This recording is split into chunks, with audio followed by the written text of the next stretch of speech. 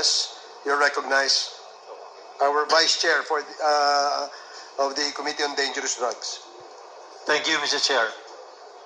Mr. Chair, my inquiry today will be based on the documents submitted by Lieutenant Colonel Jovis Penido.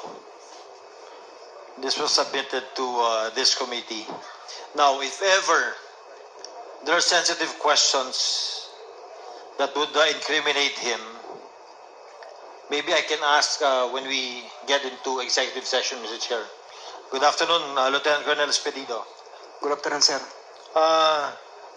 Meron ho ba kayong copy ng affidavit na binigay niyo sa amin? Yes, Your Honors.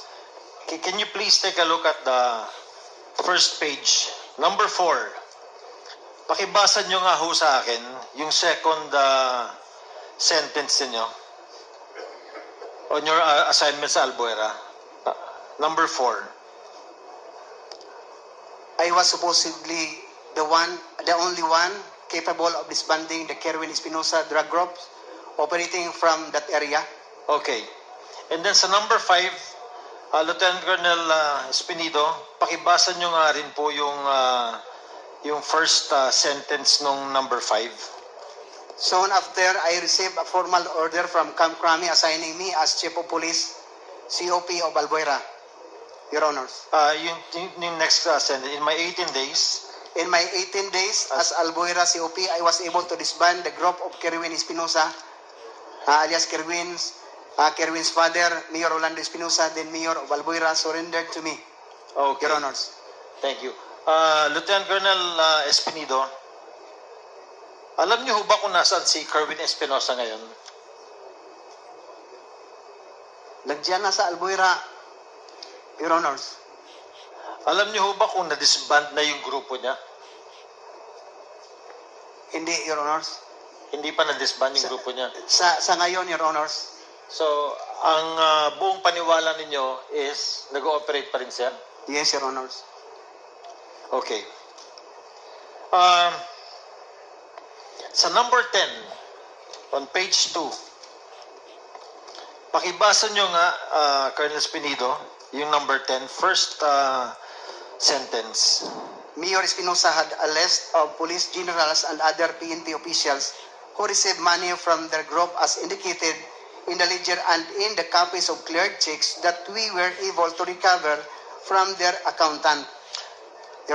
Thank you. Mr. Chair, because it will be very sensitive for us for Colonel Espinido to divulge the names right now.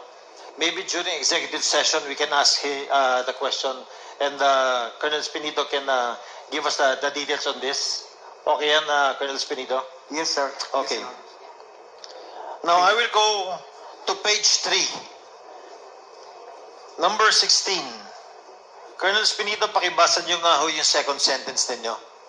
I believe Chief De La Rosa was involved in the dismissal of the cases that I built up against Kerwin Espinosa, including the burying of the cases that I was building against his police protectors or cuddlers who have been receiving money from him.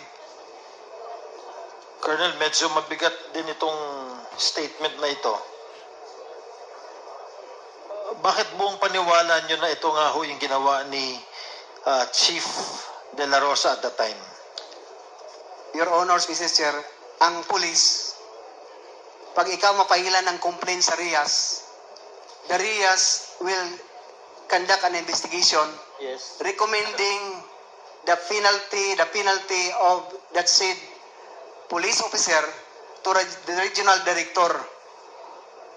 If the police involved make an appeal, it will go to NAB, National, then the Chief PNP will now decide if go or no go ang penalty na dismissal from the service sa mga na-involved na police. Sila lang ang may authority, yung RD at saka si PNP, na mag-decide na, Your Honors, ito siya i-dismiss to. Ito, hindi. May kasalanan ka o wala, Your Honors? Colonel Espinido, Punta ho tayo sa page 6, doon sa affidavit ninyo. And please go to number 34. Pakibasa niyo lang po yung first sentence na sasalaysay ninyo. From my experience, I can say that the PNP is the biggest crime group in this country, Your Honors. Is that true? Yes, Your Honors.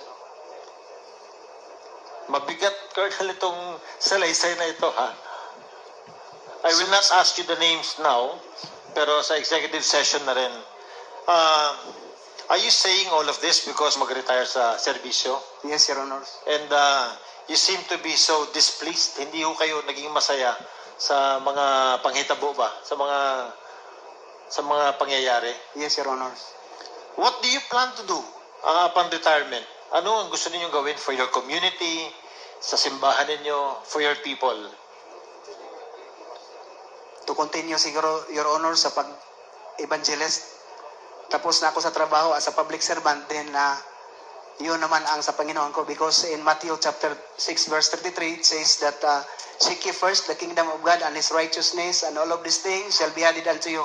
Yun ang gawin ko, Your Honors, if God's will. Mag-missionary lang. Colonel Espinido,